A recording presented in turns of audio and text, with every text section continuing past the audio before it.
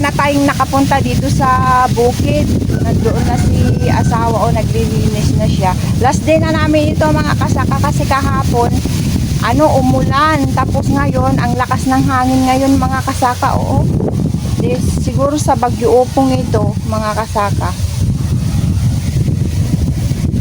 So ayan yung natin, ang lakas ng hangin. Oh. Lakas ng hangin ngayon mga kasaka. Rinig nyo ba yung lakas ng hangin, yung ulan ng hangin? Uy, no! Apoy! So ayan yung ko kahapon. Itutuloy ko ngayon. So last day natin ngayon mga kasaka. So samahan nyo uli ako na ngayon maglinis ng damo dito sa aming sitawan. Lakas ng hangin.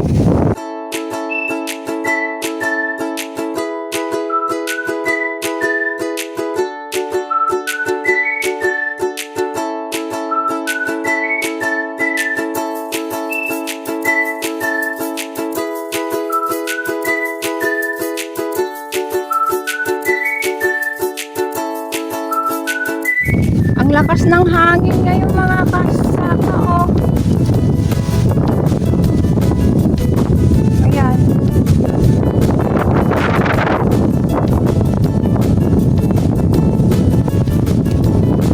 Ayan natin doon. Meron nang nagpapaano ng palay niya doon. Yan nagpapa-cleaner. Kasi ang lakas ng hangin. Yan si asawa. Hindi na lang yung namin. Pero hangin. Ingat-ingat po sa mga trabaho. Pag sa labas po kayo, mga farmers, mga kasaka.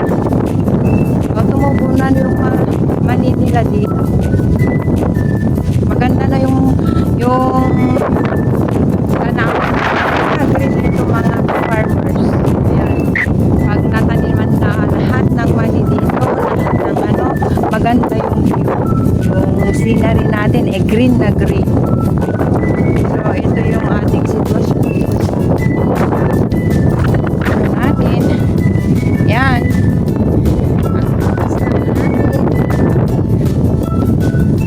Si Bagyo Upong siguro ito mga ka-farmers.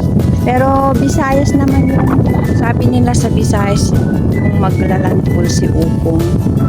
Tingnan natin yung kanal na dito sila nagpapatuloy kaya lang meron ng tubig kasi sa magdamag na ulan.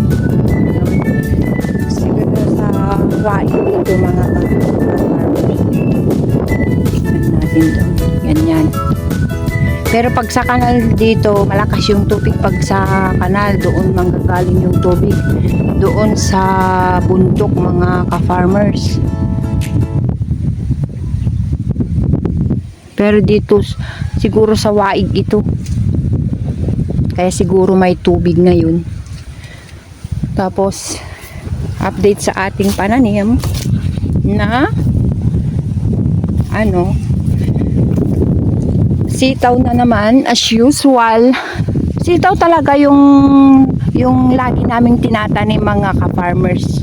Baka nagtataka kayo kung bakit laging sitaw yung nakikita yung tanim namin. Talagang sitaw yung talagang pangunahing pinagkukunan namin ng hanap buhay. Kung hindi patula, upo, ganon na nagsisirculate yung namin. Pero mostly sitaw talaga mga ka-farmers.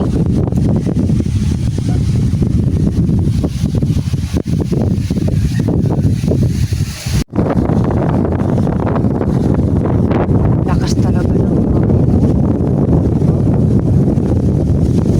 so ingat-ingat po.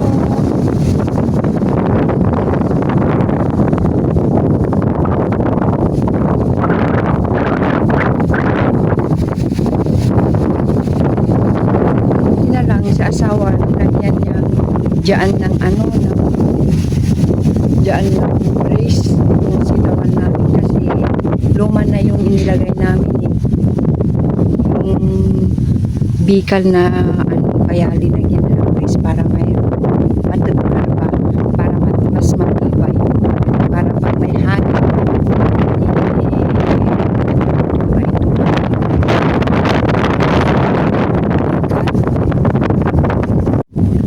so ayan, tapos na natin ito ang ating paglinis sa ating sitawan. Ang malinis na mga kasaka, mga ka-farmers. Tingnan natin. Papakita ko sa inyo. Ayan, malinis na. Wala na siyang damo, mga kasaka. Yung mga napagtabasan namin, kukunin niya asawa. Yun, ilalagay niya doon sa sinasabi ming kuribot. Lagyan ng mga natabas na damo, mga kasaka. Ganyan o. Pasensya na kayo kasi malakas talaga yung hangin ngayon. Ayan. Papakain ni asawa yan sa aming mga kuli. Yung mga ganyan. Yung napagtabasan namin na na damo. Kunin yan ni asawa para ipakain sa kambing namin at saka sa baka namin, mga kasaka. Kaya walang masasayang kahit tinanggal namin yung damo. Kasi pagkain ng kambing at mga baka namin ito, mga ka-farmers. So ayan, tapos na namin ang aming paglilinis sa aming sitawan. So tanggalin natin itong dito. Pero ito itatapon na kasi lanta na, mga kasaka. So samahan nyo ko alisin yung mga damo dito.